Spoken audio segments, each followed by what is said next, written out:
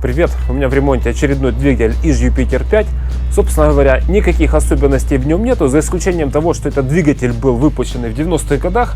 Очень хороший сохран. В него никто не залезал, никто ему особо мозгов не вставлял, за исключением того, что был разобранный узел сцепления. Применены здесь были, уже вы видели, лепестковые клапана. Из негативных моментов это то, что был заклиненный правый коленвал. Хотя, собственно говоря, после того, как я все помыл, обсмотрел все, обсосал, облазил, я заметил то, что подшипники здесь, в принципе, даже в хорошем состоянии.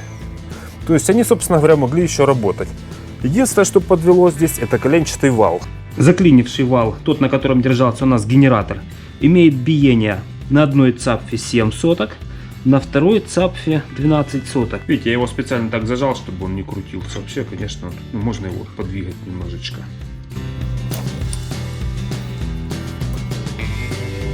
О, здесь, конечно, у нас ситуация не лучше никак. Тут у нас 15 соток получается самое большое биение, и самое маленькое это вот со стороны звездочки всего лишь навсего 5 соток. Ну даже 6. 6 соток. 6 и 15 соток. Вот такие вот советские валы. Это валы, которые стояли в двигателе. Двигатель ни разу не кололся, все еще было собрано в акрилитовом лаке. Из самых пострадавших мест это вот подшипник 304. Он не просто болтается в своей обойме, а еще, как обычно в этом месте, обойма болтается в картере. Ну, при том, что здесь как бы никто никогда эти подшипники не вынимал. Вот смотрите, видите, как обойма входит и выходит. То есть, ну, это, собственно говоря, самое меньшее зло, которое могло было бы произойти здесь. По цилиндр-поршневой группе сами цилиндры стандартные, никто их не перетачивал.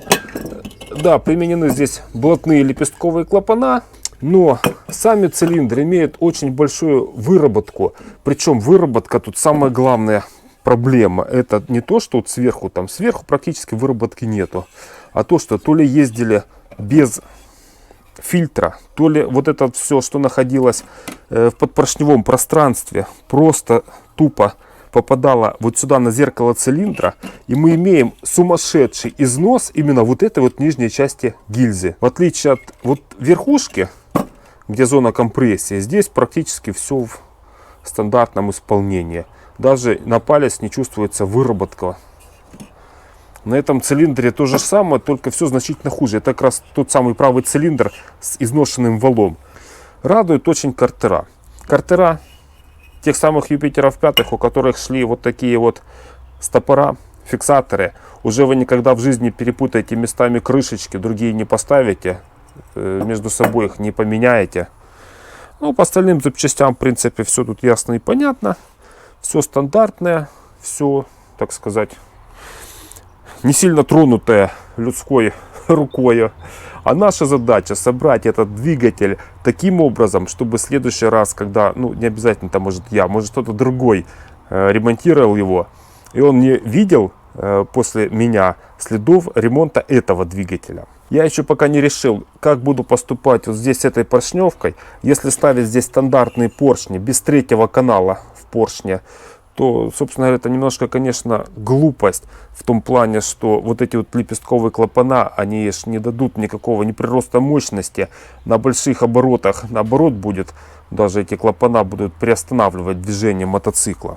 Ну, это мы еще обсудим с владельцем, как поступать в отношении цилиндропоршневой группы. Мне недавно приносили на ремонт RD350, то есть это японский Юпитер, по сути. Тот самый RD350, с которого поршни ставят вот сюда на Юпитер. Они уже там имеют отверстия для третьего канала. То есть, собственно говоря, под такие клапана лепестковые можно их смело ставить. Я нахожусь в легком трансе. У меня вот здесь вот на росточке лежит RD350. То есть это японский Юпитер. Принесли на росточку, человек взял себе на восстановление. Это новые поршни, которые выпускаются сейчас на эту RD-шку. Фирменный, крутой, стоит почти $100. А вот поршень оригинальный, который стоял с этим мотоциклом. Существенное отличие — это в первую очередь бросается длина юбки. Кольца плюс-минус все равно более-менее подходят. Естественно, фаза впуска здесь, окна впускные значительно больше. Но больше всего, что мне не понравилось, если на старом поршне был у них конус всего лишь навсего 5 соток по юбке отсюда до сюда, то на этом поршне у них конус уже 13 соток. 13, Карл, 13. То есть, по сути, я растачиваю под самый маленький диаметр вот здесь вот.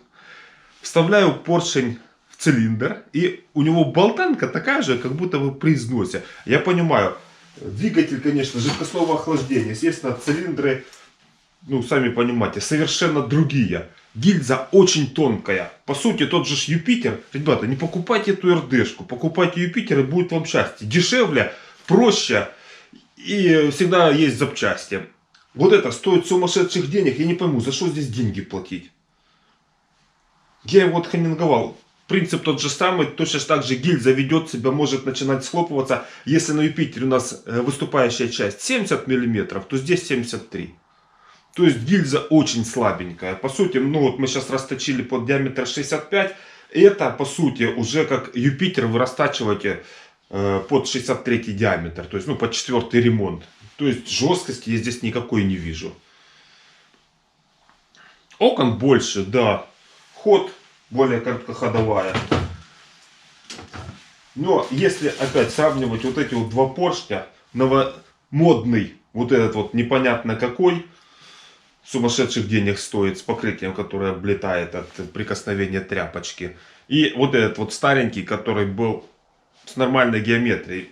Я, конечно, посмотрю еще, как хозяин будет ездить на этом поршне. Но я бы, честно говоря, по нему напильником прошелся. Вот как-то так. То есть немножечко, если ты без заправочки все это делаешь, у тебя цилиндр просто в конце схлопнется. Ну, короче, головняк это еще тот. В общем, мое личное мнение, не дай бог связываться с этой РД-350, себе ее покупать. Никогда в жизни. Лучше Юпитера взять. Вот это будет игрушка, которую ты сделаешь, запчасти есть, дешевле стоит, сел, поехал. Также можно, если уже сильно есть там желание купить такие поршни, хотя опять поршень, за который вы даете $100, потом его еще и напильником дорабатывать. Ну, ребята, извините, это бред. Просто бред. Не ломайтесь. Всем удачи, пока.